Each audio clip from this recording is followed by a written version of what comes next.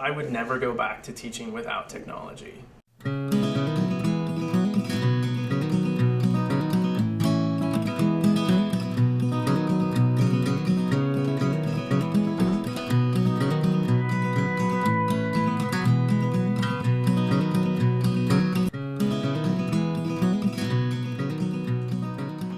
The lesson today, we're going to focus on some of the gas laws. So we're going to focus on Boyle's law, Charles's law, and look at some of the relationships that exist between pressure, volume, and temperature as they relate to a sample of a gas.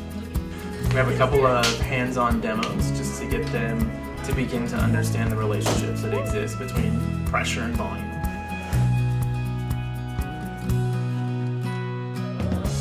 After the demos, we're going to move into a simulation on the iPads.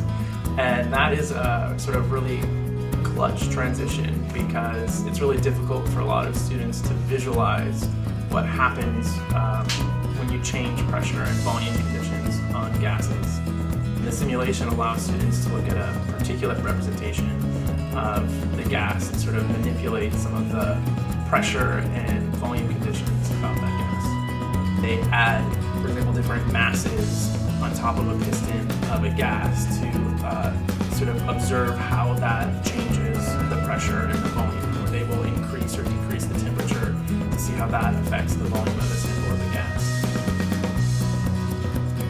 In addition to the simulation, there's a really great self-assessment that the students do on the iPads as well that give the students some immediate feedback as well as gives the teacher feedback as to how well they sort of understood that simulation and some of the key understandings of the lesson. So the iPads help with not only delivering the instruction but also providing the feedback in terms of how well the students understand the lesson. Real-time feedback is extremely important. They know right away, and they don't have to wait for me to grade things and get it back to them, how well they understand it so we can address any misconceptions that they have right on the spot. He immediately tells us if it's right or wrong, and we just get more exposure to practice.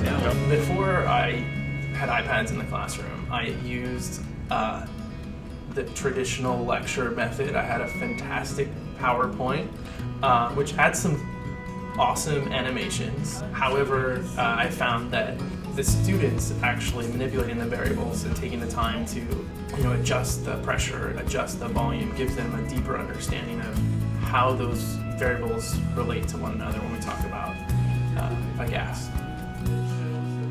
At the end of every unit, we give a unit assessment and we compare year over year sort of how the students perform to sort of adjust instruction.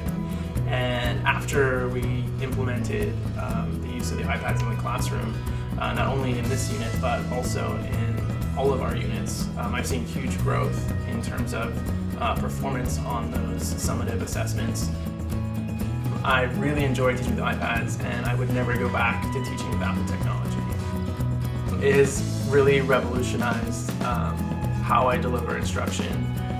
I spend a lot less time doing more tedious tasks or doing grading of assignments. It allows me to teach. It allows me to actually help students learn.